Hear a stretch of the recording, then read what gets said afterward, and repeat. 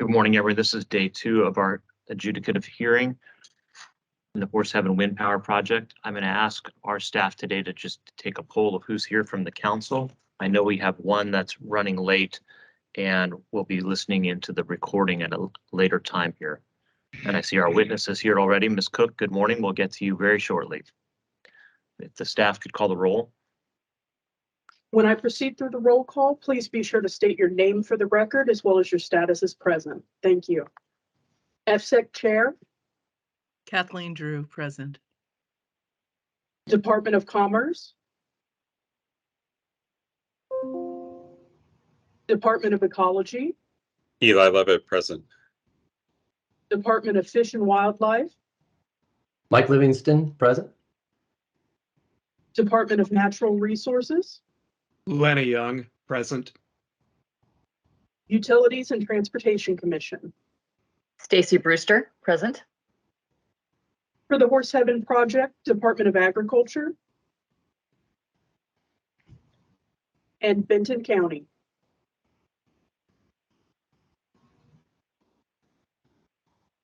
All right, Judge Storm, that's who we have. All right, so it looks to me that Mr. Brost will have to review some of the testimony at a later date, and I think it's Kate Kelly for Commerce. Judge Torm, this is Andrea Grantham. For really quick, for Department of Commerce, it is Elizabeth Osborne now. She is our new Department of Commerce council member. She did inform us that she will be running a bit late this morning. Also, I do see Ed Brost's phone number online. It is just muted, so he is here. I just, Mr. Brost, if you would like to try to unmute, you can do #6 or *6 and see if you can confirm that you are present.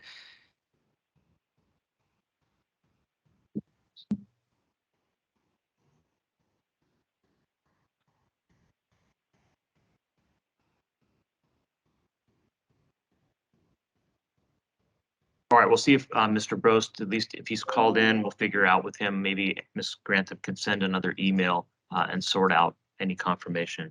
Let's go over the parties and make sure everybody's present for the applicant today. Thank you, Your Honor. Applicant is present Tim McMahon, excuse me, with excuse me, Emily Schimmelfennig and Ariel Stavitsky. Thank you, Mr. McMahon. For Benton County. Good morning, Your Honor. Ken Harper and Z Foster for Benton County. Council for the Environment. Good morning, Your Honor. Sarah Reineveld for Council for the Environment. Thank you. For the Yakima Nation. Good morning, Your Honor. Shona Volkers, Ethan Jones, and Jessica Houston for the Yakima Nation. And for Tri-Cities Cares. Richard Duramber for Tri-City Cares. Thank you, Your Honor. All right, council members, today's agenda, if you looked at the daily schedule, I've already had a housekeeping meeting with the parties and gone over some of the schedule modifications that are necessary by moving the Jansen and Ramig testimonies to a later date, as well as tomorrow's MacGyver testimony that's scheduled at 10:30. Just as I think you heard yesterday, we have some questions of one of the attorney's health and participating in cross and redirect of those witnesses.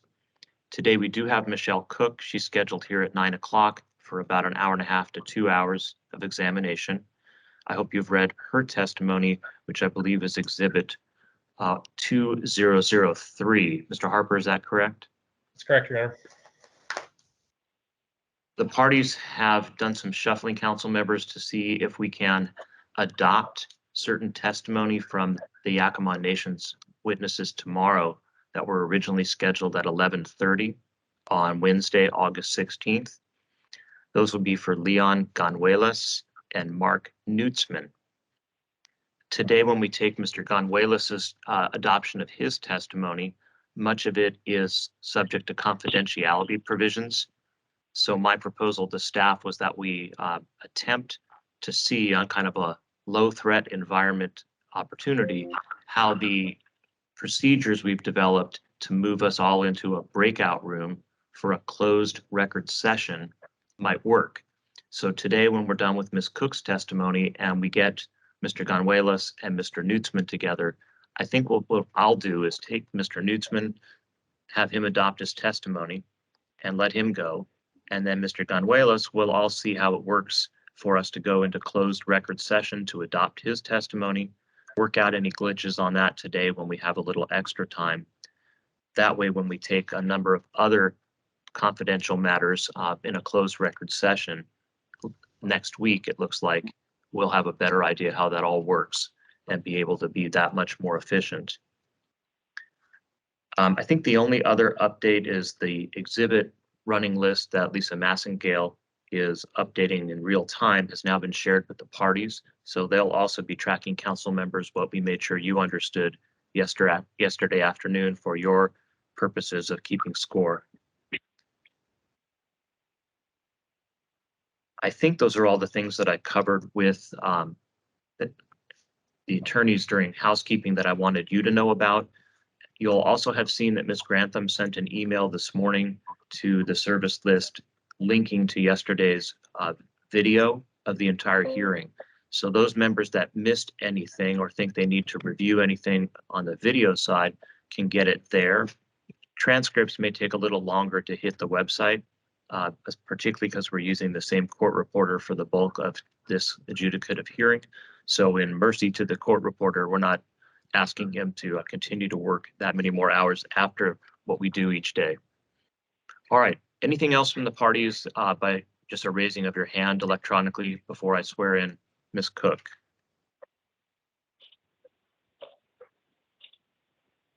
I'm not seeing any. I have one, looks like open microphone on a 509 number. Let's see if staff, it starts with a 53 something. If you can mute yourself, that'd be great. Otherwise, I'll have Judge- staff read out. Okay, yeah, this is Andrew. That was Ed Brose's number, just letting you know. Okay, I know you had manually maybe unmuted that, but I haven't heard anything from Mr. Brost yet. And hopefully if he has a question for Ms. Cook, we can unmute him at that time. Sounds good. Not seeing any other delays. Ms. Cook, I'm Judge Torum. Good morning. Good morning, Your Honor. I've got your pre-filed testimony exhibit 2003 _T in front of me. And our process is going to be that I swear you in, ask you to adopt that testimony, let us know if there's any changes, modifications, and then I'll turn you over to, for cross-examination unless Mr. Harper, I think your sponsoring witness, has anything else. So I'll ask him and then we'll go from there. So if you'll raise your right hand. I'm sorry. All right, Ms. Cook, if you'll raise your right hand. Do you solemnly swear or affirm that all the testimony contained in your pre-filed testimony exhibit 2003 _T and the rest of your testimony provided today will be the truth, the whole truth, and nothing but the truth? I do. All right, now that you've adopted your testimony, that exhibit can be marked admitted. Did you have any modifications or updates you wanted to share before cross-exam? I do not. All right, then I'm going to look at my schedule and see who has questions first. I believe Mr. McMahon from Scout Clean Energy has questions for you, then Mr. Arambaru from Tri-Cities Cares, and then Ms. Volkers from the Yakima Nation.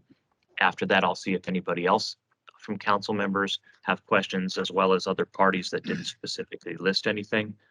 And depending on what's asked, I may have some questions for you as well. Mr. McMahon, we'll mute here in Lacey, and we'll turn it over to you. Thank you, Your Honor.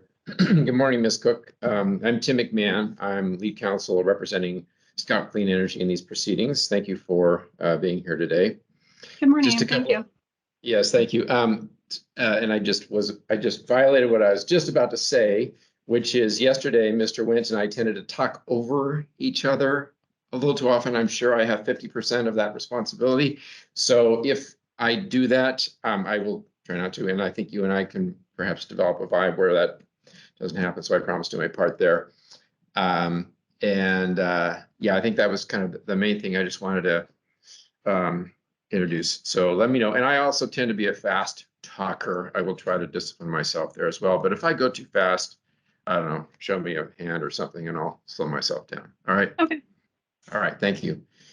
Ms. Cook, getting into your testimony here, on page 10 of your testimony, you state that fragmentation from the project will cause the children of landowners to be less likely to, in here's in quotes, leave their non-farming related jobs in order to renew the farming legacy, the legacy of farming. Are you insinuating that it is the county's land use policy or role to influence the succession planning of farming families? No, I was not insinuating that at all. I was insinuating it's the scope of the county to practice good planning which leads not to the fragmentation of agricultural lands, which are economically important to our area. It's not a socio impact to a certain family or demographic. It's the protection and conservation of the agricultural lands as a whole and keeping those from fragmenting. And we'll get into this a little further. So is it actually your testimony that this project, around 1% of the overall agricultural lands in the county, will in fact interrupt succession planning or make it more difficult for farmers to farm? I think it's a lot more likely, yes, absolutely. Especially the farming portion, seeing as that a majority of the land that's going to be lost for the term of the lease is under solar, and you can't farm under solar panels. So yeah, absolutely. I do think Yes, that. for the solar facility. Okay. Did you ever reach out to landowners and farmers involved in the project to ask them what their long-term plans were for their lands? I didn't reach out to specific lease owners as that information was not made publicly available to myself. I would have for sure if I would have known who those lease owners were, but I did reach out to other people that I know in the area and asked questions about their practices and what they would do in a similar circumstance. So you're saying you had no idea who these lease owners or landowners were that were involved in the project? Never. I was never made aware of who they were or where to find that information. Okay. Are you aware of any other Benton County representative that reached out to landowners or farmers who were involved in the project to ask about their long-term plans for their lands? I'm not aware, but it's not the scope of the county to get involved with private leases between farmers and developers. It would be unheard of. It would be unheard of for me, my staff, or anyone else here at the county to get involved or ask questions about the nature of a lease or their impressions for any development, whether it's this one, a subdivision, or anything of that nature. So you are in fact not aware of any such outreach to these landowners. That's the answer to your question? No. Yeah, that's the answer to my question. Okay. So in your testimony, page 9, lines 5 through 6, and if you need to pull that, I'm fine with you doing so. Can you also put that on the screen for us as well? You know, I don't have it on. I'm not able to share it on the screen, Ms. Massengel. You said page 5, lines 5 through 6. 5 through 9. We'll work to get that on the screen. If you need it on the screen, we can pull it up, or if you've got it in your hand, I think we can proceed. All right, I understand that Ms. Massengale's in the process of pulling that exhibit up. Ms. Cook, if you wait for Mr. McMahon to finish the question just half a breath, I think it's going to make the gentleman to my right a little happier. It's just the nature of court reporting. It's not I have to tell a lot of witnesses, it's just not a normal conversation. It's being taken down verbatim. Anything you and Mr. McMahon can do on this dance and the other counsel will help. All right, and here comes your exhibit. We're going to go to page 9, lines 5 through 7. Thank you, Ms. Massengale. Mr. McMahon, if you want to Thank you, re-ask Your your Honor. question. Yes, in your testimony, Ms. Cook, you indicate, and I'm quoting, the land is more suitable for continuing farming industry in Benton County than being put to use as a large industrial project. Is that your testimony? Yes, as you can see clearly in the exhibit, that is my testimony. Shouldn't the property owners themselves be the ones to determine how best to manage their farmlands and their family legacy? That's an interesting question. Unfortunately, the state of Washington mandates land use planning practices, which is our office's purview. So although the line sometimes is contentious about private property owners' rights and what they can and can't and should not do with their property and what the state law mandates the county to regulate, it's a little contentious. And so for us as land use planners to uphold what the state has charged us with, we have determined these areas are suitable for farming as they are zoned agricultural. Right, and in fact, farming will continue on the wind energy site after the construction of the facility, won't it? Yes, unfortunately, that's a minority of the property that's going to be lost. You cannot farm under solar panels, and that's the majority of the acres lost. So I understand what you're saying. So, so you insinuating that the planning department should decide the destiny of these landowners? The county has zoned this as agriculture, and we are maintaining those permitted uses, which are agricultural in nature. We're not deciding what people should and should not do with their property. There's a list of allowed uses, and those are what are permitted on the property. If someone wants to go outside of that, then that would be not consistent with what the state has mandated us to do in these areas. And that would be going against our county code.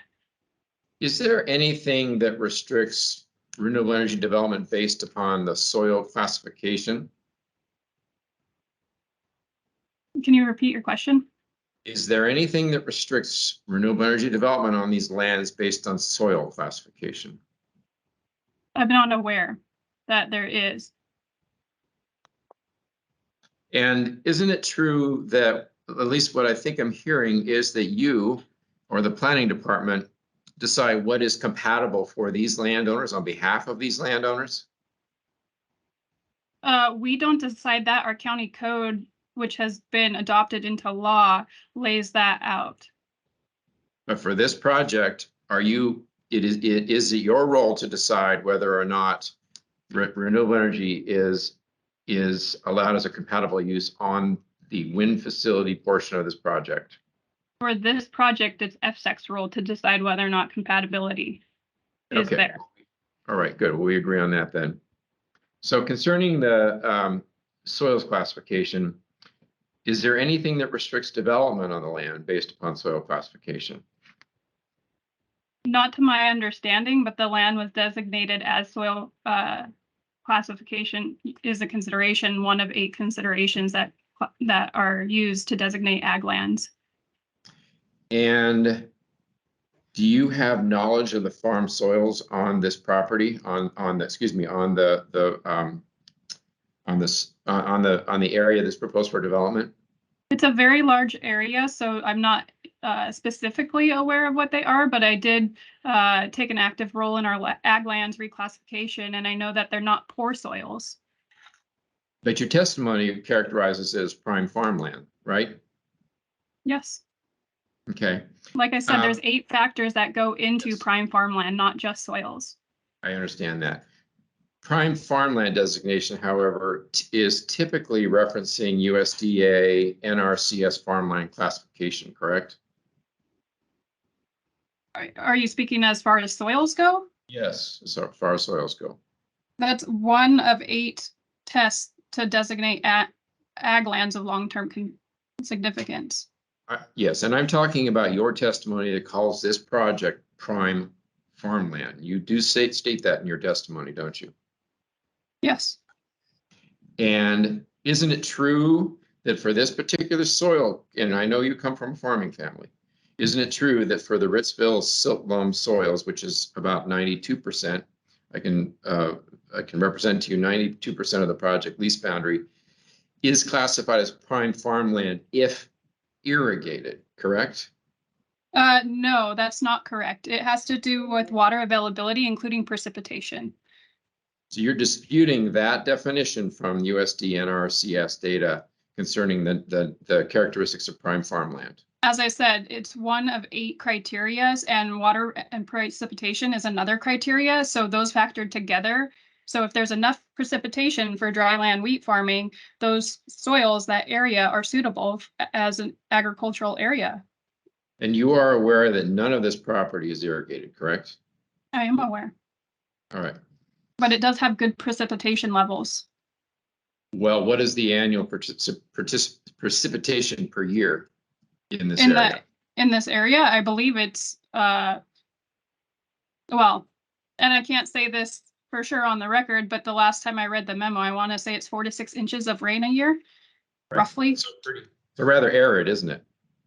Not for dryland wheat, that's enough. Yes, but it is arid land up there, isn't it? It's I'm not dryland, it's talking not about- arid. Okay, right. Is it your, let's see.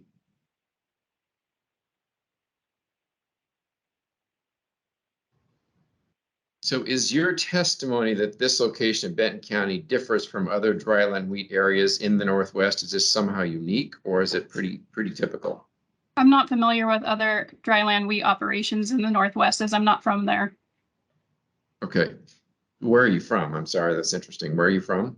I'm from Prosser, Washington, the Horse Heaven Hills, Okay. but I'm not familiar with the other dryland wheat regions of Washington State, such as the Palouse, because I'm not from there and I don't know All right. what their yields are like. All right. I understand. Thanks for the clarification there. What about for Nine Canyon? Are you aware that that is dryland wheat unirrigated on the Nine Canyon wind farm? I don't know what the history of Nine Canyon was, but given the topography of where it's located, I would have assumed that it was not dry land. My assumption is it was probably rangeland because it's on top of a hill. But I don't know that for a fact because I wasn't in the country at the time it was developed. So you are speculating with that answer, aren't you? You're asking me a question I can't answer, so yes. Yes, you're speculating. Thank you. Have you visited other wind farms in Oregon or Washington? I have. On a Which wind professional- farms? Excuse me, I'm sorry. I haven't on a professional level. I have on a personal level. I've visited the one out in Bickleton Okay, in Klickitat County then. in Klickitat County. All right. And have you discussed farm operations with any farmers out in the Klickitat County area? I have. And have you discussed whether or not, have you discussed with those farmers in Klickitat County whether their farming operations are in any way disrupted by the renewable energy development that's hosted on their lands? I haven't had conversations with the actual landowners who have the turbines on their properties. I've had conversations with adjacent landowners in the area. So I can't answer that question. All right, thank you. Do you dispute that farmers customarily farm around local topography, including, for example, canyons, sloped areas? I mean, it's pretty typical, isn't it, for farmers to farm around topographic features? It is, and in our area, it's a very small percentage of the land because the Horse Heaven Hills is a mesa and very flat. We do have some areas of shrub habitat and critical areas in the drainages, and they do farm around those areas. And the farmers can customarily farm around, power poles, ditches, many things, right? Typically in the Horse Heaven Hills, they don't have any of those as ditches are not and irrigation is not up there. And all of the power poles run along the road right away infrastructure. So they don't need to go around those necessarily. Those are on the periphery of their operations. So you're saying that entire area up on the Horse Heaven Hills is all flat as a table. Is that what you're saying? It's predominantly flat. It's not flat as a pancake, but it's predominantly flat. There are some rolling hills, but not to any great extent. The slopes are on the fringe. In your, I want to just turn to your testimony about support services. And is it your testimony, I believe it's your testimony, that due to Horse Heaven, somehow the agricultural economy will wither, that farmers will let the land go, all because of the construction of the solar and wind projects. Is that your testimony? Can you reference where you're finding that at in my testimony? Page 6. And what line? I am not sure about that.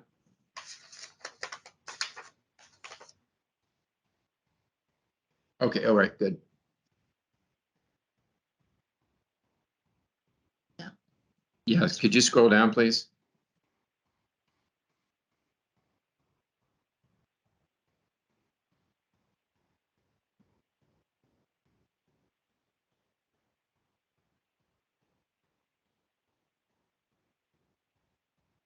Yeah, I'm going to come back to that. I'm sorry, Ms. Cook. I want to come back to that. So if you could just hold on that, we're going to revisit that in a minute.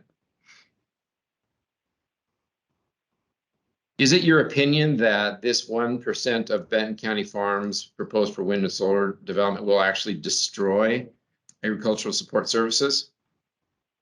Can you define what you mean by destroy agricultural support systems? Well, agricultural support industries, agricultural support systems, things like selling fertilizer, seeing things like selling equipment, tractors, agricultural support services, which you have provided testimony about. Is it your opinion that this project at 1% or so of the local agricultural economy will somehow undermine those agricultural services?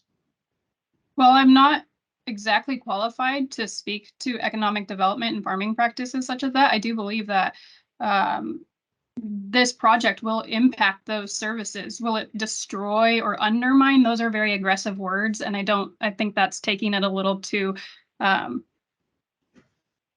brusque, but I do believe it will have impact to the support services of those types of businesses that help the farmers out in that area.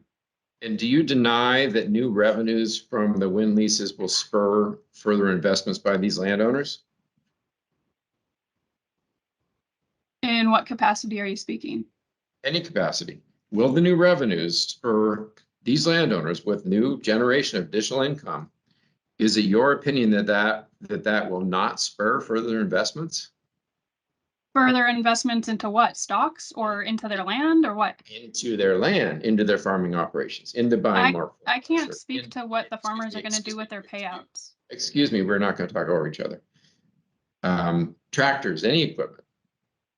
I can't speak to that. I don't know what the personal financial agenda is for the farmers getting the payouts. All right, well, let's try this. With lease revenues, do you deny that farmers will not make additional investments in things like repair and replacement of old equipment? I would hope so, but that's speculation on my part, that I'm hoping that they will put the money back into the land and continue and improve their practices. I don't know that. That's speculation on my part. Okay. Enhancement of protection of crops. Is that a question? Yes. I don't understand the question, sorry. Purchase of more fertilizer. Again, that's speculation. I have no idea how the farmers are going to spend their money. If So they you even don't think- fertilize, if they fertilize, I have no idea. So you don't think the lease revenues are going to spur these kinds of investments? I didn't say that. I said it was speculation. I don't know how they're going to spend their money. I would hope so. As a child of a farmer, yes, I would hope so, but I can't say. So you don't know whether you speculate. You can't speculate. I guess you can't guess that these landowners with their lease revenues might invest in additional technology, changes in farm practices, beneficial tools in farming production. As a farmer, as a child of farmers, do you believe that actually won't happen, that those investments actually won't be made in these farms as a consequence of lease revenues? I'm objecting at this point, Your Honor. This has gone on long enough. This seems to be repetitive, argumentative. It's just badgering the witness. Mr. McMahon is testifying. He's not examining at this stage. Mr. McMahon, I have to agree with Mr. Harper. I think you've made your point. It's becoming argumentative, so that on that basis, it's sustained. All right, thank you, Your Honor. I'll move along. Mr. McMahon, if you wanted to go back, if it's still germane Yes. to your inquiry, the portion you were looking for about support starts at the bottom of page 6, line 24, and continues to approximately that level on page 7. Maybe you've already gone through it with your questions, but that was, I think, what you were looking for. All right. You got to those questions. Okay. Yeah, I think I did end up getting to those questions, Your Honor. Thank you. All right, what's next? All right. Thank you.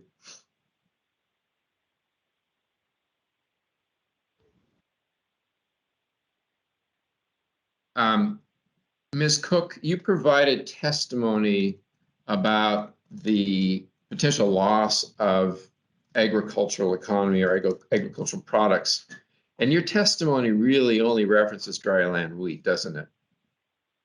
Dryland wheat and rangeland are the majority of what this operation will be taking up. Yes, understood. But you have your testimony indicates that there are you talk about, we talked in the testimony about specialty crops and any crops other than wheat. Are you indicating that your testimony seems to only be dealing with dry land wheat, right? I tried to narrow the focus to the agricultural production which is occurring on the lands that are slated for this development. So I did not speak to other types of agriculture. But in representing 1% of supposed destruction of the agricultural economy, you don't account for any specialty crops other than wheat, right?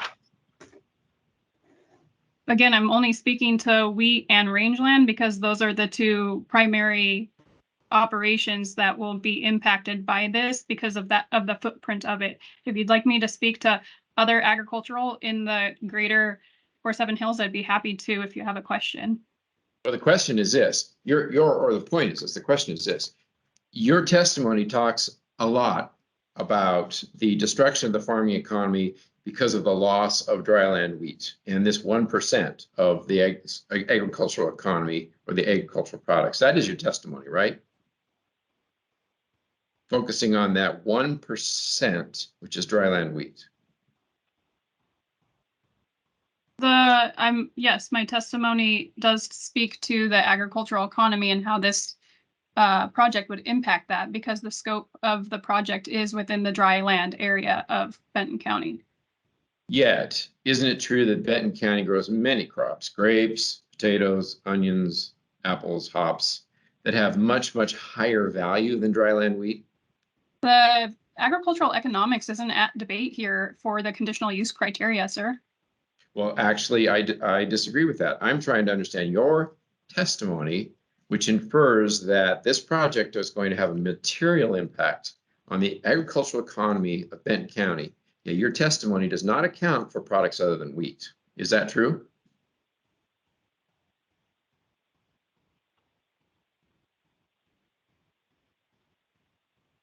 Yes, well, wheat and rangeland, which would be cattle. Okay, I think we can move along here.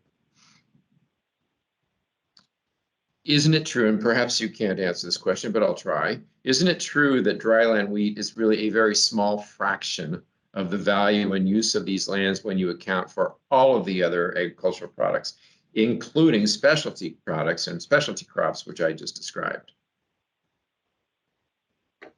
I don't think that we're comparing the agricultural economy as a whole of Benton County here, which surprises me, especially as your expert witness, Mr. Wiley. That's his bread and butter. That's his family's income, and you're demeaning the value of their products that they're bringing to the county. I find that. Well, no, I'm not demeaning Mr. Wiley at all, nor am I demeaning you, ma'am. What I am just indicating that your testimony is based on dryland wheat. You characterize the agricultural economy based on dryland wheat, correct?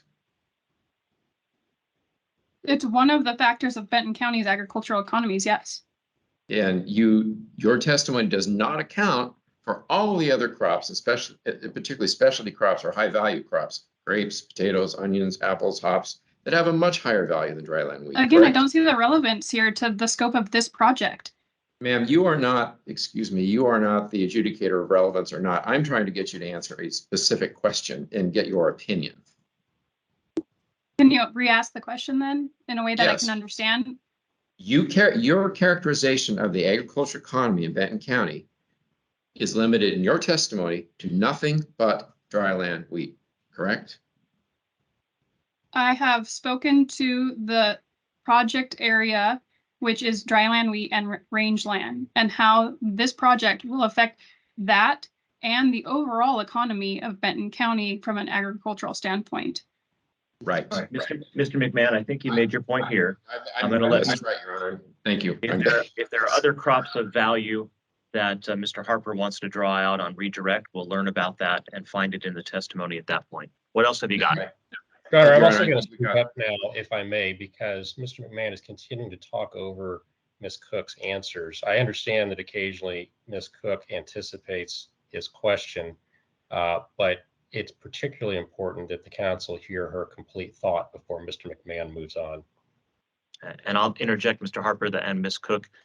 If it's a yes or no question, it's a lot simpler if you just answer yes or no up front. And if it's necessary to elaborate, you can, but you may want to wait for Mr. Harper to redirect on the things he thinks the council will find most important. Again, it's not the most natural thing in conversation to just drop a yes or a no, but for purposes of cross-exam, it might speed things up a little bit, and then we can see what else Mr. Harper wants to make sure the council knows. So thank you for continuing to answer, Mr. McMahon. Back to you. Yes, and again, I apologize for talking over you, Ms. Cook. You and I both seem to have a habit of doing that, and so I will. I have just one more question, and so hopefully we can do that without talking over each other. On page 3, line 22 of your testimony, Ms. Cook, you claim that the land will be permanently taken out of production. Are you aware that the land can and will be fully restored after the life of the project?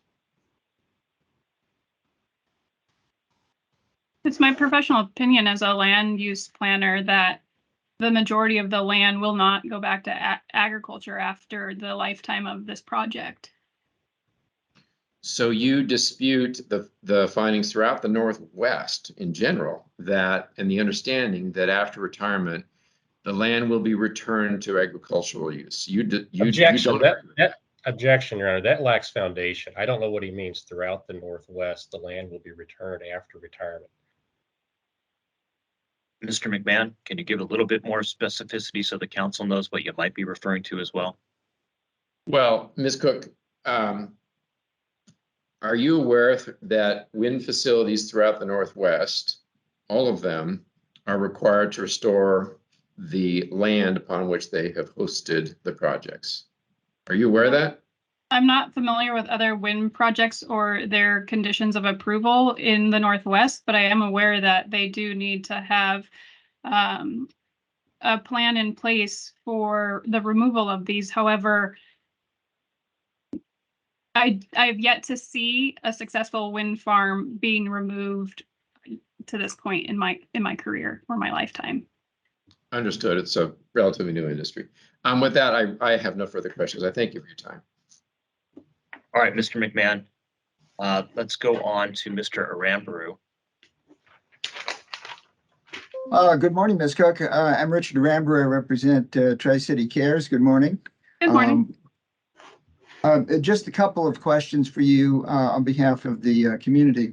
You're the Benton County Planning Manager. What is your responsibilities as planning manager? That's correct. I am the planning manager. I oversee the planning staff, and I essentially make all of the administrative decisions for the planning department on behalf of Benton County. And have you been involved in the designation of agricultural lands of long-term significance? Yes, I was involved during our 2018 comprehensive plan update, where we did an agricultural lands classification memo. And was that confirming the designation of agricultural lands of long-term significance from prior versions of the comp plan? For the most part, yes, we de-designated a few areas, but overall we had a net gain of agricultural land that we added into the county. But the majority of that land stayed the same, which was historically classified as agricultural lands and are continuing to be zoned agricultural. And was there any challenges or appeals of the county's designation of agricultural lands of long-term significance to the Growth Management Hearings Board? There was not. The groups that we typically get appeals from had no issue with our classification memo. Was there any challenges from anyone in the farming community to the designation of agricultural lands of long-term significance? No, there was not. And I believe we did hold public meetings for that classification and designation. And do you recall whether there was significant opposition at those meetings? There was a pretty good turnout. I can't say that there was significant opposition. I know a lot of people had questions whether or not they were, particularly the property owners that were either going to be included in or accepted out of the zone, as is normal when you're changing zonings on landowners. However, there was no significant objections that our office received. And did the county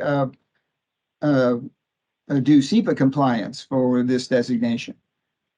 Yes, I believe we did as part of the comprehensive plan update. The agricultural lands classification memo was part of an appendix to our comprehensive plan. And was a threshold determination entered regarding the decision to designate the lands as agricultural lands of long-term significance? Are you asking what the designation was? No, I'm asking you whether there was a SEPA compliance. Was there a checklist and was there a threshold determination? Yes, I believe there was. Okay. And was the threshold determination appealed? I don't know off the top of my head. Actually, I believe our well, I don't know if the threshold determination was appealed, but our comprehensive plan, I believe, was appealed on different grounds. But not on the grounds that we're discussing today. No, it was on groundwater, I believe. Okay.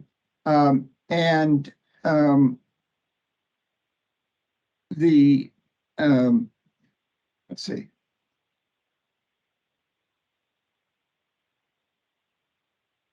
That's all the questions I have. Let me just look here for a moment. And it is the designation of long-term agricultural lands of long-term significance, that's a part of the comprehensive plan, correct? We do have a land use designation. The process of designating them as part of the Washington State WAC, not necessarily spelled out in our comprehensive plan, but we do discuss that under the agricultural land use designation in the comp plan. And then from the comp plan, then zoning is adopted for agricultural lands, is that correct? That's correct. The comp plan is a guiding document, and from there, it's more specific into which zoning designation it is classified as. And were there any appeals of the zoning designation that's being discussed here by anyone in the Horse Heaven Hills? No, I'm not aware of anyone appealing the agricultural zone designation for this area. And is the zoning designation, comprehensive plan designation, taken into account by the Benton County assessor when he assesses value of a property? Not to my knowledge. My understanding is the appraisal of property, the taxation of property is a separate process than the land use designation or the zoning designation of property. Typically, we see the assessor pick up similar descriptions of land use based on what we've zoned it, but not always necessarily, such as if there's an agricultural piece of property and there's a home on it, they may have it as residential for appraisal purposes, but maybe they don't reflect that it's necessarily agriculture in nature or zoned agriculture if it's not being currently farmed. Okay, no further questions. Thank you, Ms. Cook. All right, let's turn to Ms. Volkers at the Yakima Nation. Thank you, Your Honor. And good morning, Ms. Cook. My name is Shona Volkers, and I represent Yakima Nation in this proceeding. My question for you this morning is, can Benton County, under the Benton County Code, issue a conditional use permit to a development that needs water without first determining that the proposed development has a legally available water source to serve that development? Sorry, can you rephrase the question a little bit? I think I understand what you're asking, but I just want to make sure. Yeah, does Benton County Code allow issuance of a conditional use permit to a development that needs water? If the permitter is not yet determined that water is actually legally available for that development? It's not typical. So typically from a conditional use permit, we will ensure there's water or at least health district approval. Most of our conditional use permits don't get into the depth of water law and actual water rights from the Department of Ecology because of their size and scope and nature.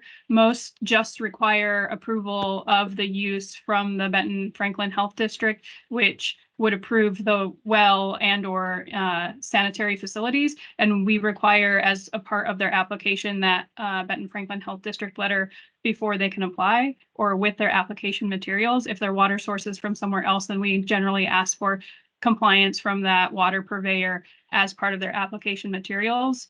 I'm trying to think of a larger type conditional use permit in the last 10 years. We've only had a few of them.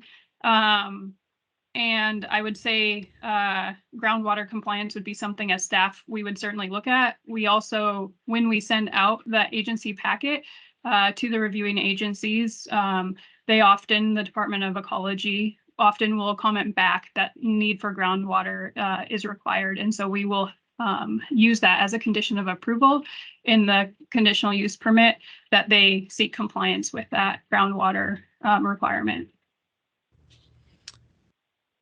And if you have concerns about whether or not they can comply with the groundwater requirement, would you investigate those concerns before issuing a conditional use permit? Typically, yes. Most of them, I won't say all of them. Again, it depends on the nature of a conditional use permit. The scope is huge as far as, something small such as a dog kennel versus something large like a confined animal feedlot operation. The intensity on the land is much different, but we would ensure that there's compliance with water regulations for that. I know before I started at Benton County, there was a proposed dairy or a feedlot up on the Rattlesnake Hill, and I believe it was denied due to groundwater issues and concerns. And that was a conditional use permit as well in an agricultural zone. Thank you. I may have other questions depending on what else is asked, but that's all I have at this time. Thank you, Ms. Volkers. Ms. Cook, can you clarify when you said it was denied for groundwater concerns, was that water supply or was that potential for water pollution?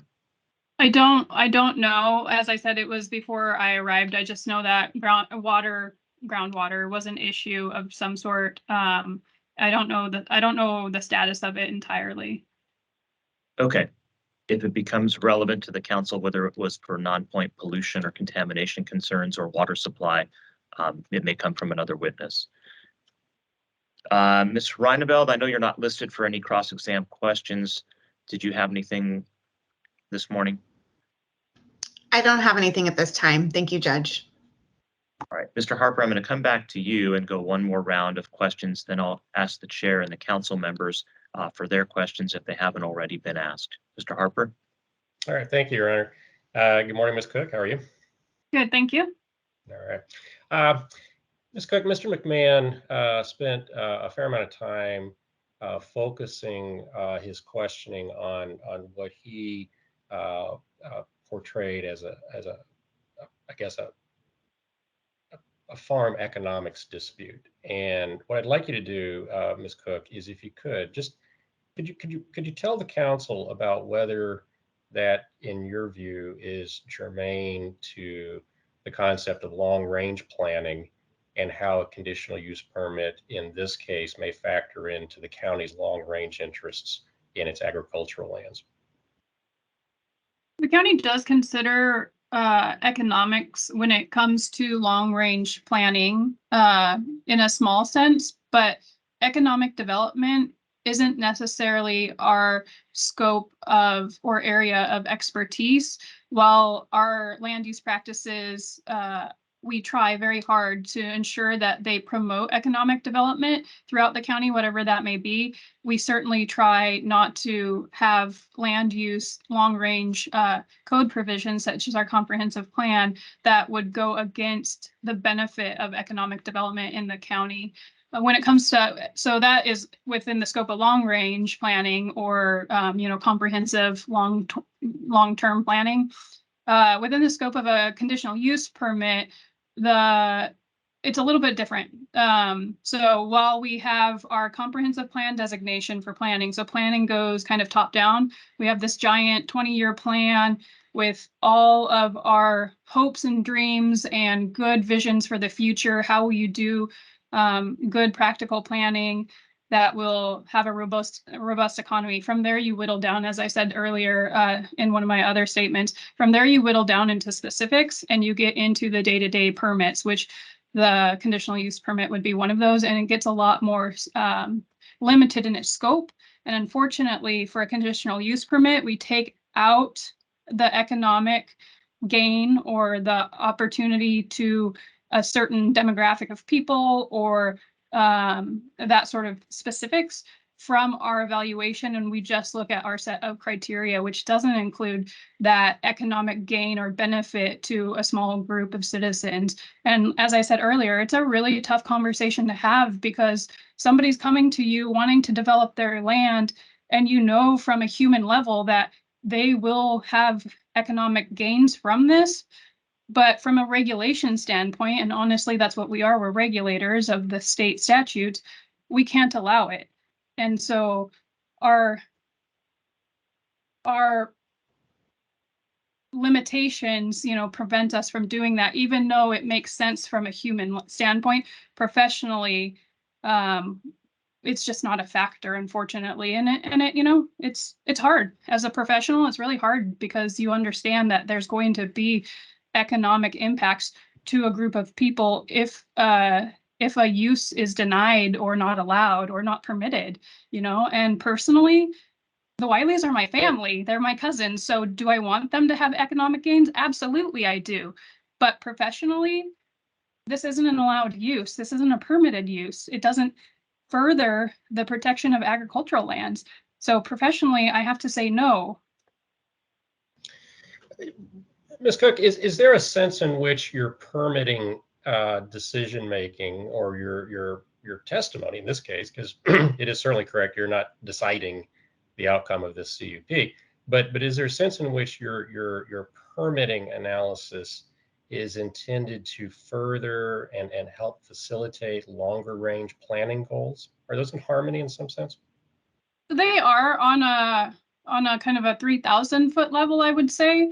Although one permitted use may be denied or isn't permissible, it doesn't take away from the objectives of the allowable uses in a zone, which then further the goals and the policies that we in the state have for each one of our areas. So let's say a oil refinery isn't allowed in the agricultural zone, since we heard that yesterday.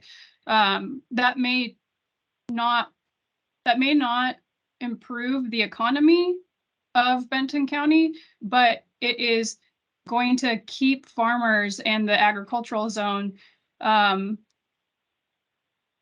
It's going to allow them to continue to have the ability to implement their own economy. And so the allowable uses that we have in our zoning designation further that economy. It's just kind of a narrow scope, unfortunately.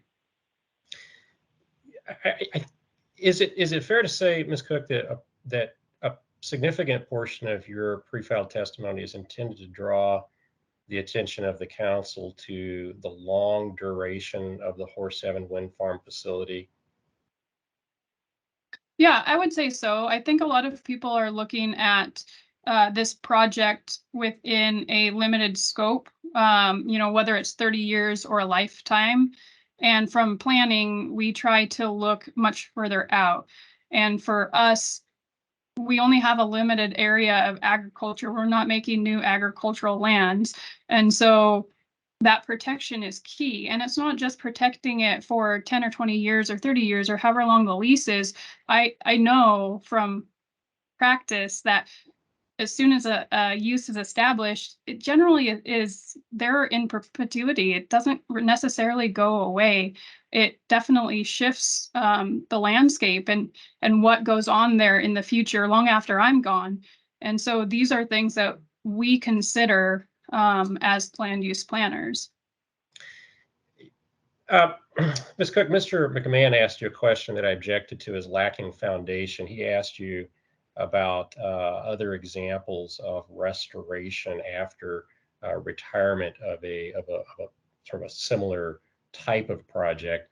I don't know quite what he was trying to draw to there, but are you aware of any example, whether it's a wind farm project or any other example, of proven demonstrable restoration after compaction of soil, after exporting of soil, after importing of soil, alterations of the landscape?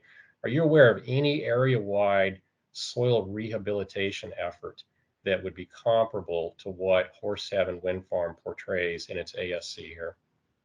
I'm not aware of that. I'm not aware of any projects that have amended the project boundaries or the footprint for reintroduction. And one example that, from a small example that I can give off the top of my head is CRP ground. So Conservation Reserve Program has fallow areas of wheat, and I drive home to visit my family up on Horse Heaven, and you still see these wheat fields that aren't in production. And that was supposed to be kind of a short-term program from the federal government, and they're still laying fallow. And that's not necessarily an intense use, which stopped farming for a short period of time. Larger impacts, such as solar project, I don't think people realize how critical that microclimate is and how sensitive the microclimate of the shrub steppe is. And those solar panels are going to devastate that. So we're not just talking about, can you put it back into dryland wheat? We're talking about, can you grow shrub steppe back under those solar panels? Can you grow those native plants back there that are sensitive and rare species? I don't believe you can after it's been shaded for 30 years. It's going to completely change that microclimate. And I don't know of any conservation practices that has successfully done that on, thousands and thousands of acres.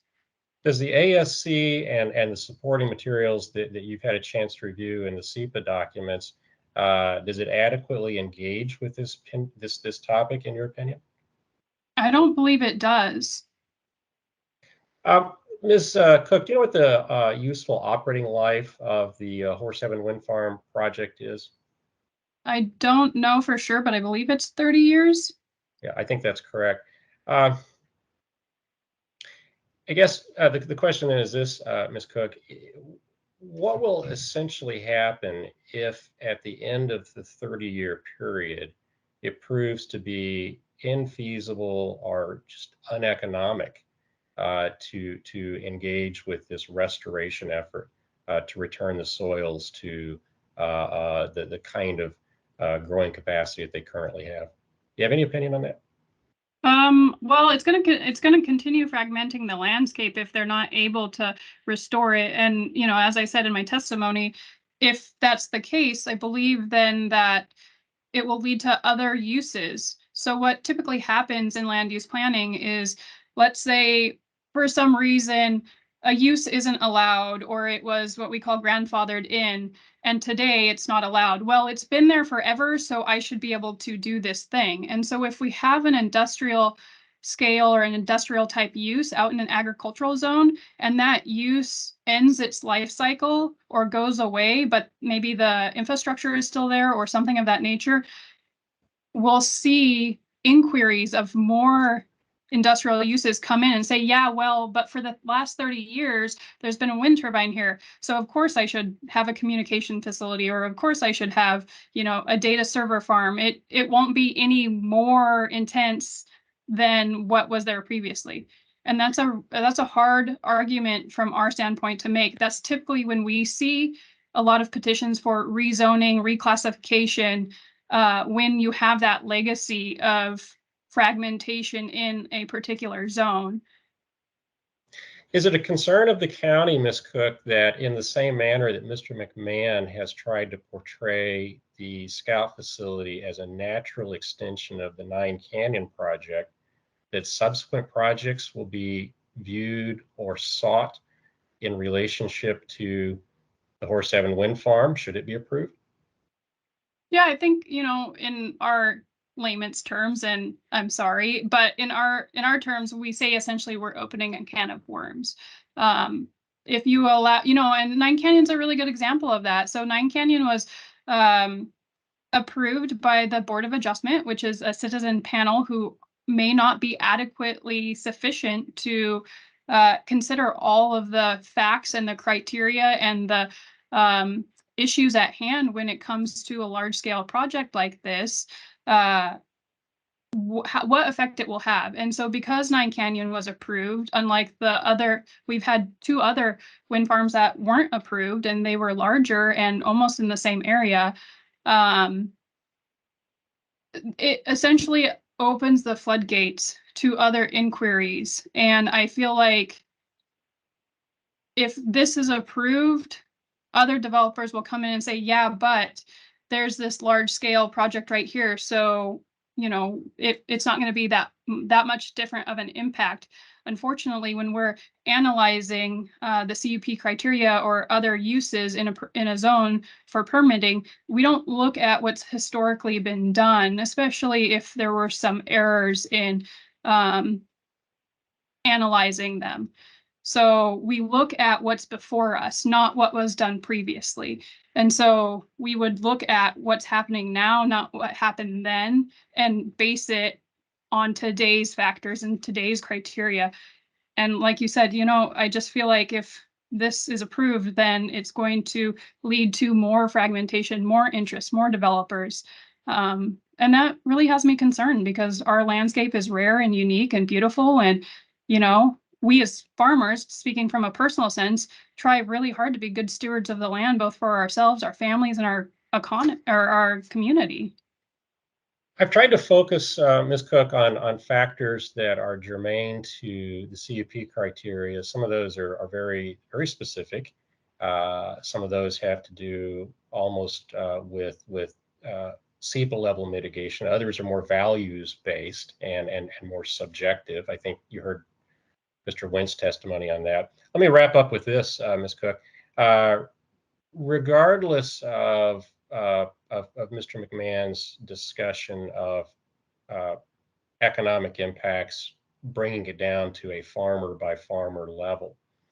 Speaking strictly now to CUP criteria contained in the Benton County Code, are you aware of any other conditional use permit that would have a comparable effect to the 10 square miles of irrevocably lost or permanently disturbed, if you will, footprint, or the 110 square mile area-wide, lease-wide boundary of this project? Is there anything else that you've seen as a CUP approved by Benton County comparable to this? I've not seen any CUP approved comparable to this. The only CUP that we've had in the last 6 years that wasn't an intense use was denied, and that was for a gravel pit.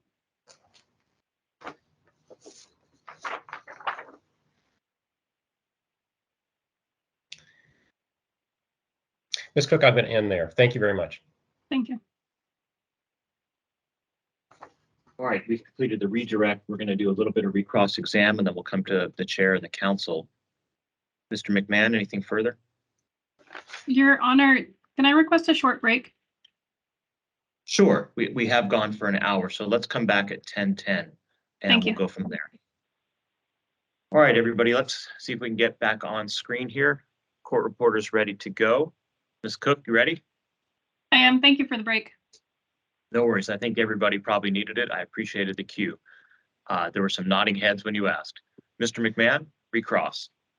Thank you, Your Honor. One question, I promise. Ms. Cook, are you aware that the project will cause or propose only 1 acre of shrub steppe habitat impacted? I don't know that for a fact, but if you're saying that that's the impact, then okay. Okay, that's my only question. Thank you. Mr. Rambrew, any follow-up? Ms. Cook, during your testimony, you expressed some concerns about future development following the cessation of the wind and solar aspects of this project. Do you remember that? Yes. And is that a factor that's taken up during SEPA review? Your Honor, if you don't mind, I would object to this. If we're following the scope of the direct and cross-examination, this is a new area that Mr. Rambrew's taking us into that has not been previously covered and is not within the appropriate scope right now. Got it. I'm following up on the witness's testimony, Your Honor. That was your testimony. Mr. Rambrew, we have a little bit of time today, so I'm going to allow it. But for future witnesses, and we have a tight time frame, we do have to, as Mr. McMahon said, keep funneling down within the scope of things. So go ahead and ask a question again, and then Ms. Cook can answer, and then we'll keep moving along. Okay, Ms. Cook, I went back and refreshed your recollection a bit about your testimony concerning your concerns about future use once particularly the solar aspects of this might be removed. And is the question of whether the project would create a precedent for further actions, is that a matter that's covered by SEPA review?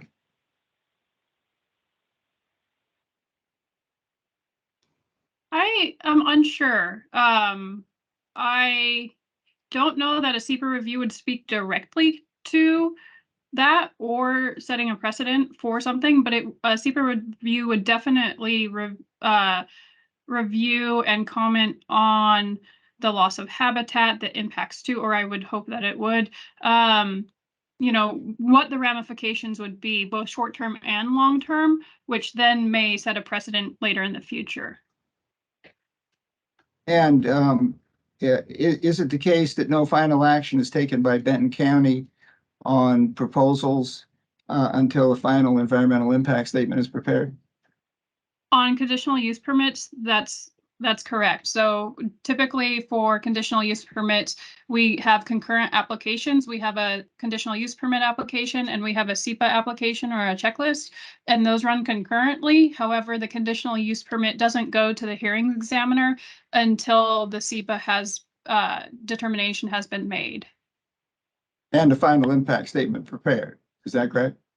I've never dealt with one of those, but yes, if it got to that point, I assume we would need an FEIS before we come to a hearing for a CUP. And under the Benton County SEPA ordinance, is it the case that the adequacy of a final environmental impact statement is subject to appeal? Yes. And Mr. under the Rambrew, SEPA, I just want to interrupt you here. SEPA is not on trial in the adjudication. It's not appropriate to go down that road. Do you have any non-SEPA related questions? Mr. Examiner, I'm asking about what the Benton County procedures are. I understand that that a ruling has been made by you, which we take great exception to, that SEPA will be somehow excised from this process. But I think I'm entitled to ask questions about the Benton County procedures and what procedures would be followed in Benton County. I'm not going to allow it, Mr. Rambrew. We already understand what the Benton County procedures are for conditional use, and we understand how the FSEC procedures are in their place. We're applying those. We're not applying Benton County SEPA. We're using state rules, and we're having FSEC as the lead agency. Do you have any non-SEPA related questions? Witness has testified that in her analysis of the county's analysis of conditional use permits, they also comply with SEPA. And so does FSEC. We're done with this line of questioning, Mr. Rambrew. I'm going to take great exception if you ask another SEPA question and ask our administrator to mute your mic. Do you have any non-SEPA related questions? Okay, you're going to cut me off. That's fine, Mr. Durham. I am. If you don't have any other non-SEPA related questions, I'm going to move on to the Yakima Nation. Ms. Volkers, any other follow-up? Nothing from further from the Yakima Nation for Ms. Cook. Thank you, Your Honor. All right. Chair Drew, do you have any questions that you wanted to ask? I do not, thank you. Council members, any questions you wanted to ask? This is Eli. I have some questions. All right, Mr. Levitt, if you'll introduce yourself to the witness so she knows where you're from, and go ahead and ask your questions. Hi, Ms. Cook. My name is Eli Levitt. I'm a section manager at the Washington Department of Ecology, and I'm Ecology's council member for FSAC. Hello. Just a moment. I need to pull up my questions.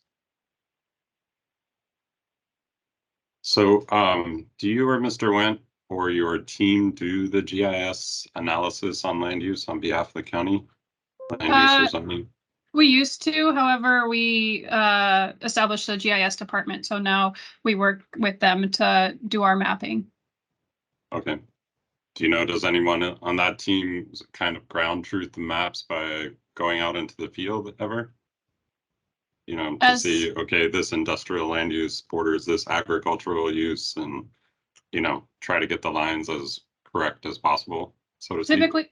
Typically that falls on the planners as we do site visits and work with landowners. The planners will be the ones that bring up to GIS any amendments needed if there's a mapping error.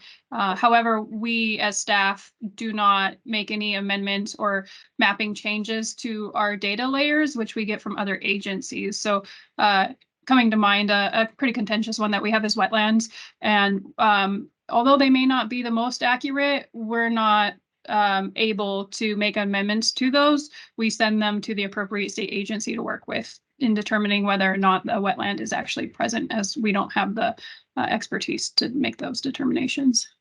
Got it. Oh, yesterday, Mr. Wendt's testimony implied that, you know, between the 2018 comprehensive plan and the previous one, what was that, around 2006 or something, that the acres of ag land increased by something like 4,000 acres. Is it possible that 4,000 to 6,000 acres, that sort of level of change, is within the margin of error or due to changes in the way the methodologies that the county GIS mappers use? No, that change was came about from our ag lands classification memo. So we hired developers to analyze a set of criteria, the 8 criteria listed in the WAC, and our current zoning, and that net gain came about from that classification memo. So after that data was provided to us, then we implemented that into code by making those zone changes, which is when we held the public hearings and that sort of things. We physically kind of added those areas into our agricultural zoning designation as staff. Okay. I guess I just want to note it seems that your testimony combines both personal and lived experience. So I just wanted to ask one quick question about the personal experience. Sure. And it's valuable for us to learn about, you know, how ag works in your county for sure. I visited multiple farms in the Palouse in my past work at Ecology, so I know a little bit about no-till and low-till dryland wheat farming. Does your, you know, you mentioned your family members in your testimony. Do any of them or the other farmers you've spoken to about solar and wind developments use low or no-till wheat farming techniques? Yeah, my cousins actually use no-till wheat farming. It seems to be a general practice of the Horse Heaven wheat farmers.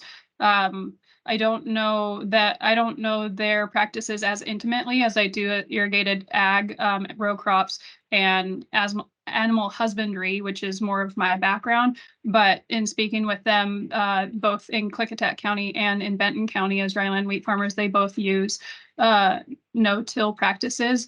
Our irrigated ag land, my cousin actually runs soil regeneration practices in the critical areas using animal husbandry to regenerate soil habitat and you know, continue the economic development of our farm in the areas that we don't actually till up or irrigate or remove out of a critical area. And that's been extremely successful. And he's actually taking it to defend in his thesis this year as a senior at USC.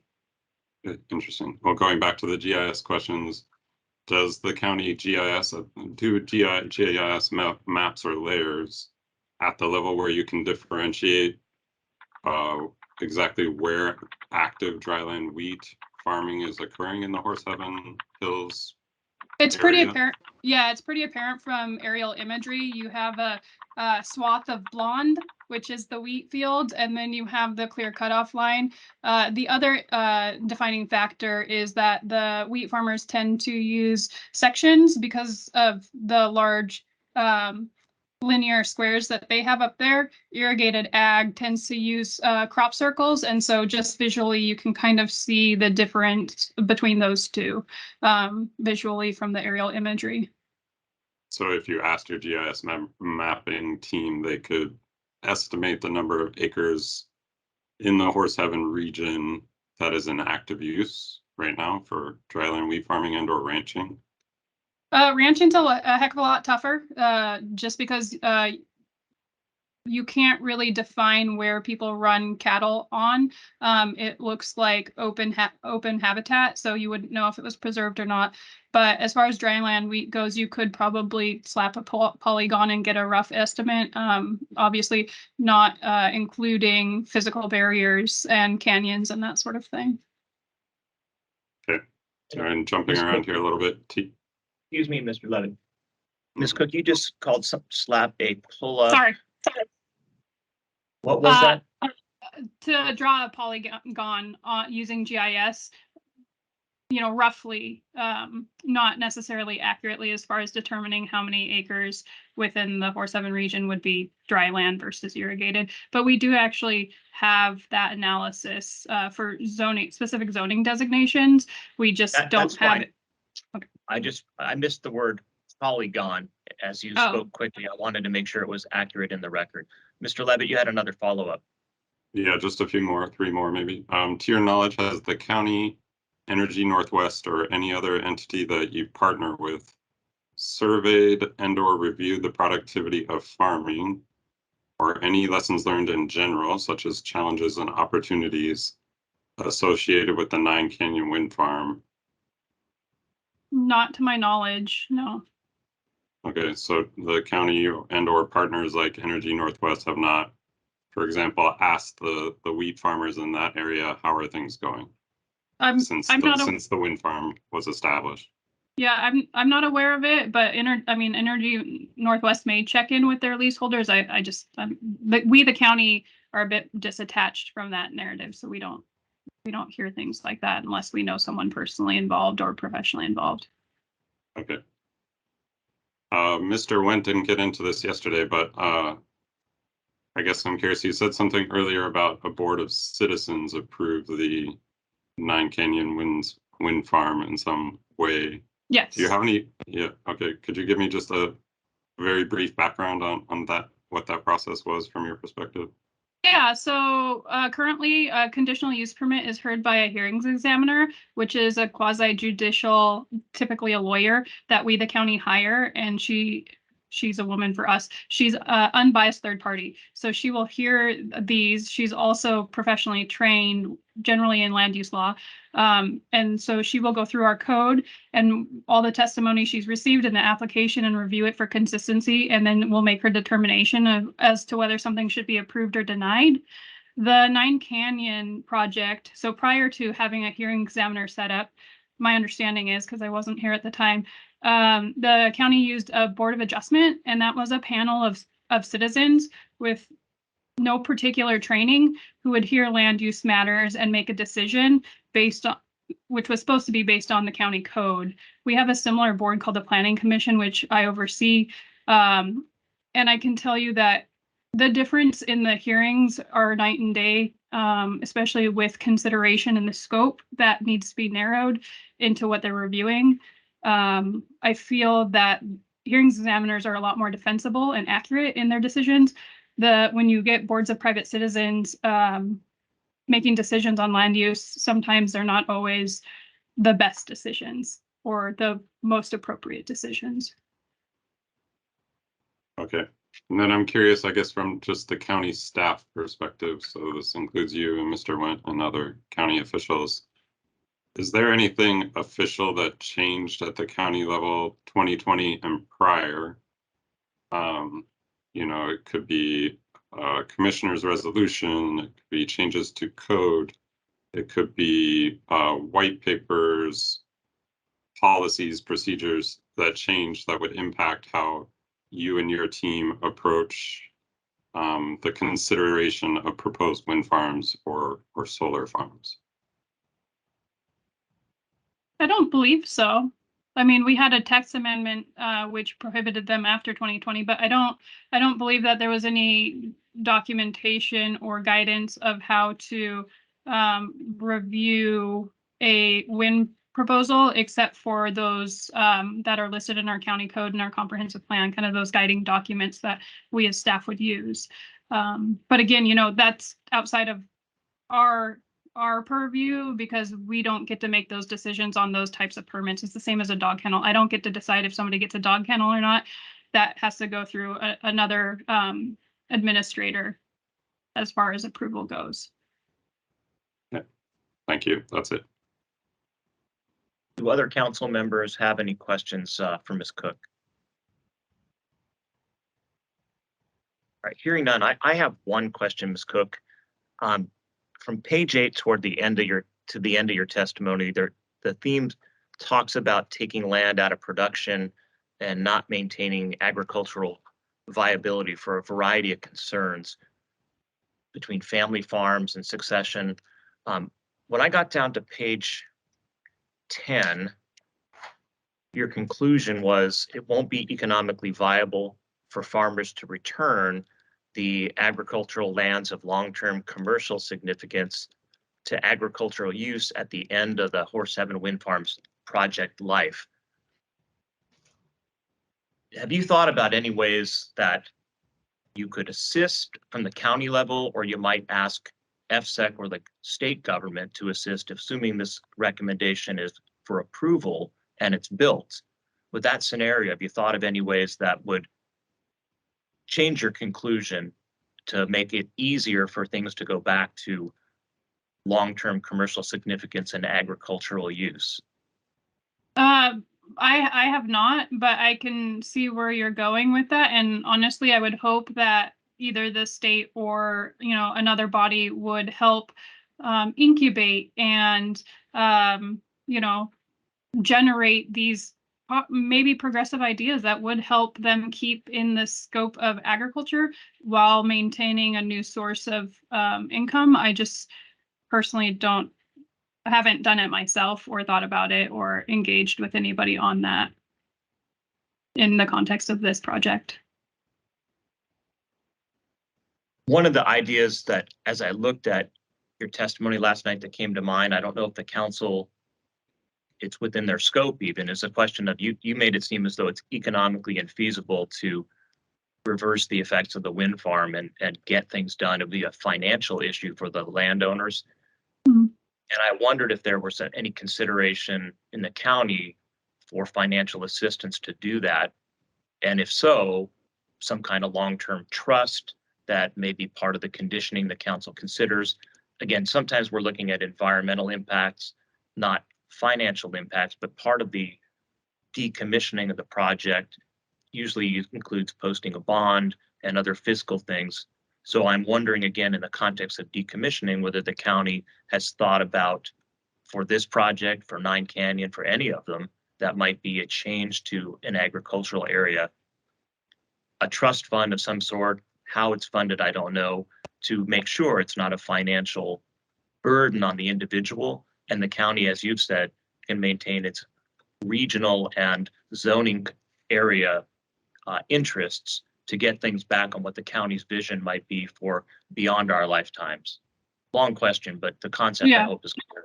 Yeah, no, and it's a great concept and it's a great idea. You know, unfortunately, I don't know about the greater county as a whole, but certainly for my office, you know, we just don't have the legal ability to do that or make those requirements on the applicant, I would feel like it's outside the burden of what, a conditional use permit or other, permit that we apply conditions of approval for. It's kind of outside the scope of what we normally would have done. But that's not to say it's impossible. There's universities and all sorts of interest groups that are continuing to work on the promotion of agriculture. So maybe in the future it would get approved into state law, and we could have something set up like that for them. It's just not something that's available on the table at the moment. And admittedly, I don't understand all of the decommissioning scope of what FSEC can or can't do. It's just an outside the box thought on, as you say, the longer term and perhaps more progressive thinking. Thank you for the input on that. Mr. Harper, does that raise anything else? This is your witness before we. No, it doesn't. Thank you, Your Honor. All right, council members, Chair Drew, any other questions? I see Eli Levitt has his hand up. Yeah, sorry, I guess just a quick follow-up question. So you mentioned that there were 2 wind farms proposed in the county in the past, and those were denied in some fashion. Can you talk just briefly about how the process worked for Nine Canyon versus those 2 other wind farm proposals that you mentioned? I believe they were all heard by the Board of Adjustment. I'm not entirely sure. The other 2 were from 2001, and our records from those days are quite sparse. Record keeping wasn't quite a priority then as it is now. But my understanding is they were larger projects, anywhere from 200 to 500 turbines that were roughly 250 to maybe 300 plus feet, covering 4,000-ish acres. One was denied. The other, we don't know that it was not approved. I just don't know what the status is because of record keeping purposes, but it was not approved. But those more than likely went in front of the Board of Adjustments as well. And to your knowledge, for all 3 of those, Nine Canyon and the other 2 you mentioned, did the county ever discuss mitigation measures that they would be interested if the projects went forward? Not to my knowledge. I haven't done a deep dive into the Nine Canyon project myself, so I don't know what was discussed. I know it was an MDNS, which professionally for me is an interesting choice. I feel like that's something I wouldn't have made a determination on, but one of the other projects actually had a EIS request, and I don't know that it was ever seen through. So my guess is from that project, that one that had an EIS, it could have had mitigation measures or, spoken to that as part of that scope for an EIS. Okay, thank you. Lenny Young. Yeah, good morning, Ms. Cook. I'm Lenny Young. I'm a Department of Natural Resources representative to FSEC. And a quick follow-up to Mr. Levitt's question. Could you, do you know the name or some type of a reference if we wanted to look more into those 2 other previous projects that were denied? Is there some kind of a name or identifier we could use to find information on those? Yeah, the one was ironically Horse Heaven Wind. The other was Maiden Wind. Thank you. MAIDEN. Got it. Any others? Those are the only 2 besides Nine Canyon that I'm aware of. Oh, I'm sorry. I want any other Oh, questions? sorry. From council members? All right, seeing none. I want to make sure that parties understand. I think when Mr. Young's asking about getting other information, we'll make sure we have advice from our Attorney General as to what's in the record and what's not. We talked with council members about not doing our own research outside the record. So that advice is being given as we go. And if anything else is sought for the record, it'll be in the form of a data request to parties, and you'll know what the council members are considering. So if there's any concerns that council members are asking questions in that regard, they're not necessarily familiar with the niceties of the APA and typical trial practice and what might be a limited record. But certainly if the council members for the adjudication are going to have anything, you'll know what it is. All right, anybody have any other questions for Ms. Cook that I need to recognize before we let her go and move on to our next order of business? All right, hearing none, Ms. Cook, thank you. Good morning. And Thank you. I appreciate your time and testimony. All right, council members, today we had the one scheduled witness, and previous at the housekeeping session, there was a question of whether or not we could move some things around. We have this permission from the Yakama Nation and all the other parties to call Mr. Gonzalez and Mr. Nutzman today. Ms. Volkers, what's the status of their availability? Thank you, Your Honor. They are available. I would ask that we take a brief break, but they are here and available to be sworn in. All right, we're going to take a break just to get them on the line. We'll come back at 10:45. Before we go off to our break, the Nutzman exhibits that you might want to have, if you have any questions, council members, even though they're not scheduled for cross-exam, would be 4011T and 4012. As for Mr. Gonzalez, they would be mostly confidential, but 4008T and then 4009 and 4010, those are both marked as confidential, and you have a redacted version as well. The reply testimony is in exhibit 4013. So if you are looking for something to do in the next Judge. 8 minutes to get ready, we would have those. Chair Drew? Would you please have someone put those in the chat since I didn't write that quickly? Sure. They're easy to Thank find you. in the exhibit list. They, the Yakama Nation's exhibits all start with a 4, Okay. and I'll ask we'll get those in the chat, 4011 and 12, 4008 through 13. All right, thank you. Just We'll got a take our message. break. Okay, thank you. Yep, we'll take our break and come back at 10:45. All right, good morning, Mr. Nutzman. How are you? Good morning, Judge Torm. I'm good. I'm going to swear you in to adopt your testimony, and then we'll see if there's any questions. Again, my understanding is that your testimony is limited to 2 exhibits. They are 4011_T, your pre-filed direct testimony, and exhibit 4012, your reply testimony to Eric Jansen's rebuttal testimony. Are those the 2 documents that you're aware of you've submitted as testimony? That's correct. All right, I'm going to have you raise your right hand and adopt that, and then we'll see if the council members have any questions. Do you, Mark Nutzman, solemnly swear or affirm that all testimony you've indicated you'll adopt today and any answers you give to council questions will be the truth, the whole truth, and nothing but the truth? I do. All right, thank you. I'm going to note that for the record, those exhibits I talked about have been adopted under oath, and they're now admitted to the record. Council members, Chair Drew, any questions for Mr. Nutzman?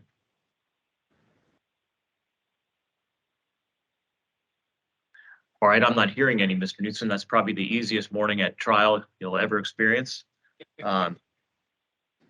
And we're going to take our next witness from the Yakama Nation, Mr. Leon Gonzalez. So thank you, Mr. Nutzman. You can stand down and switch places. Thank you. Okay.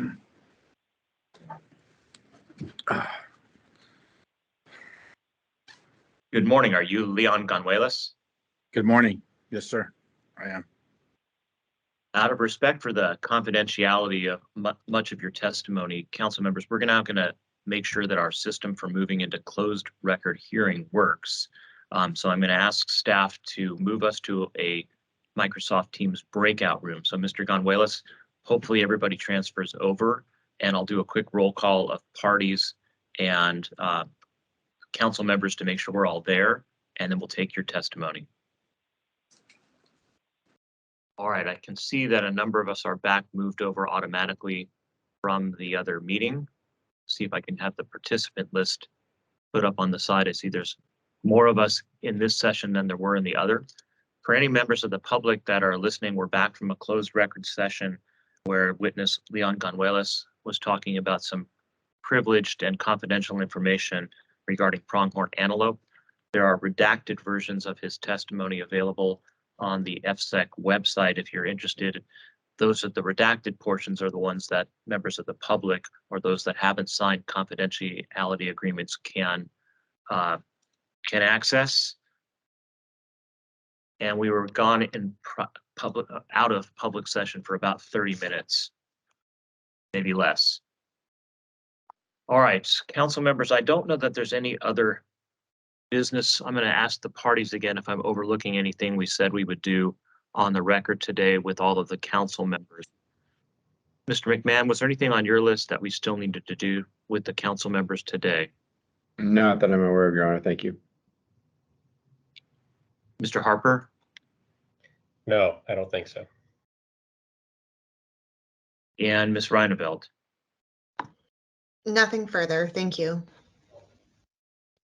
Mr. Aramber, let me come to you. Was there anything else we needed to do on the record with council members? I do have an item, but the council member's presence is not necessary. Okay, thank you. We'll do another housekeeping session here shortly. And Ms. Volkers, anything else from the Yakima Nation we need to do with the council members today? Nothing else for the council today from Yakima Nation. Thank you, Your Honor. All right, then looking forward to tomorrow, council members. The RAMIG scheduled testimony is still not happening tomorrow, but I understand that we're going to have Morgan Shook. And Morgan Shook, I'll go over the exhibit numbers with you if you have your pens and pencils ready.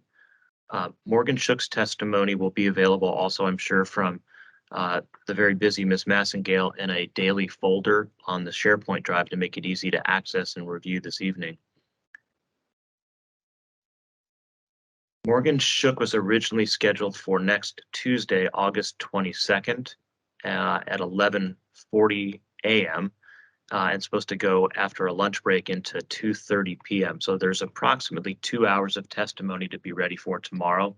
And unless there's anything else added, we'll start at 9 o'clock and then we have the monthly council meeting at 1:30. Please plan on being available for this adjudication maybe up till 12 or 12:30, just in case we're able to add anything else and front load the schedule a little bit more to accommodate the ever fluid schedule we've got. But the exhibits that I have for this applicant sponsored witness start with 1008_T, and that's a set of revised testimony filed by the applicant.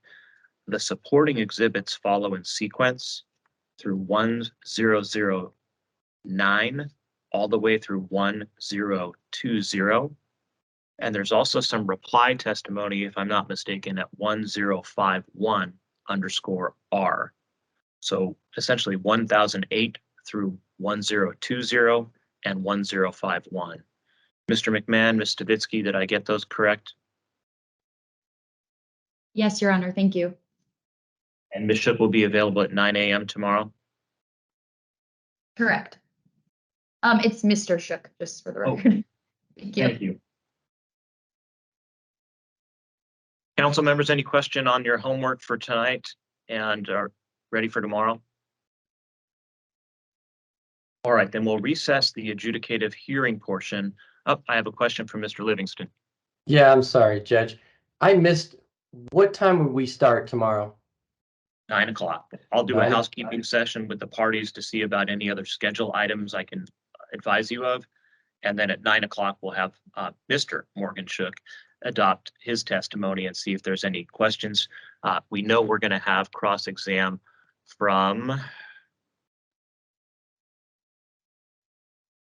there'll be a follow-up after Mr. Aramber's questions on behalf of Tri-Cities Cares from the applicant. So about an hour plus is what Mr. Aramber is estimating, followed by any redirect exam. And then, as you've seen, the round robin that we do, and then we'll get to the council members' questions along with anything else we need after that. Any other council questions? All right. You had a short day today. I can't promise there'll be many of these ahead, especially tomorrow. You'll have a follow-on council meeting. So thank you very much.